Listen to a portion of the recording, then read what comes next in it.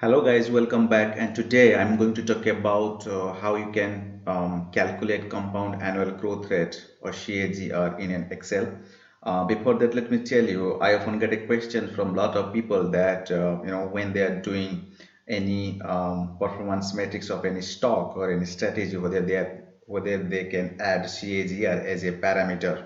Okay, so let me explain you these things in a very fundamental way so that you can understand what is CAGR and whether you should add CAGR as a one of the parameter to measure your strategy or stock return.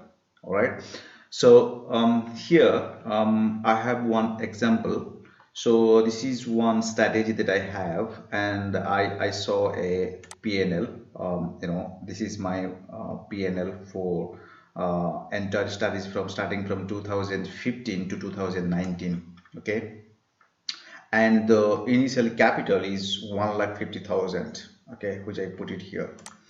Now the question is, what I did, I just calculated what is my profit for each year, right? I started from 2015 and I run it from 2019. So in 2015, my profit is 139,000. So 139,547. All right. So I started with a capital of 150,000 here, right? So what it means is, so I started with a capital of 150,000, and for 2015 I got a profit of 139,547, right? So at the end of 2015 I have a balance of 289,289 and 547 in my account, right? So by using this capital I generate a profit of 139, and now my balance is 289, right? So to calculate the percentage change here, you have to see 289 divided by 150 minus 1, you will get 93%, right? So I got a return of 93%.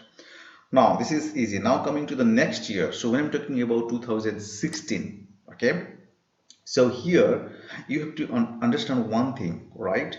Now the capital is no more 150,000, right? The capital has been increased by this profit, and now it is 289,547.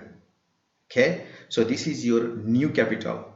Okay, so you are using this capital now for 2016, and you are generated a profit of 75,000. Now in your account the balance is 365,000 or 365,417, right? So to get the or return, or you can say percentage, definitely 365 divided by 289 minus 1, you will get it here.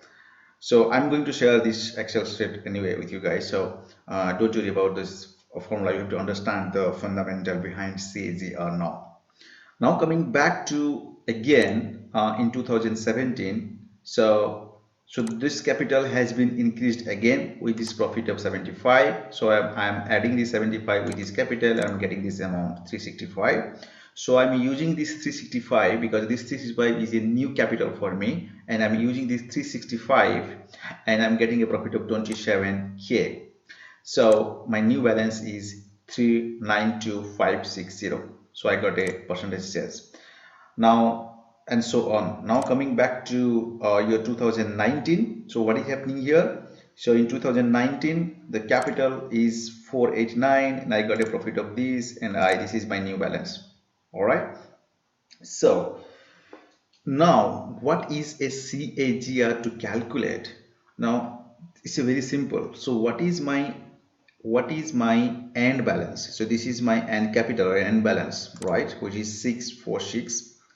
And so this is the formula, right? Divide my stat balance. My stat is 1,50,000. So I started with a capital of 1,50,000 and I end up at 6,46,000 here, right? So my end balance divided by stat balance to the power 1 by period. Period is 5, right? 1, 2, 3, 4, 5. 5 and minus 1. So this is giving me 33.95%. That is a CAGR. Okay, this is how you can calculate manually. Now there is a function called RRI function in Excel. So you can go here and just simply write that RRR, that G12 which is my period. So this is the function. So RRI, this is my first period. The period is 5, and then you put the start value. Start is 1,50,000, and end value, which is 6,46,000. You get the same 33.95%. So this is two way that you can calculate your CAGR in Excel.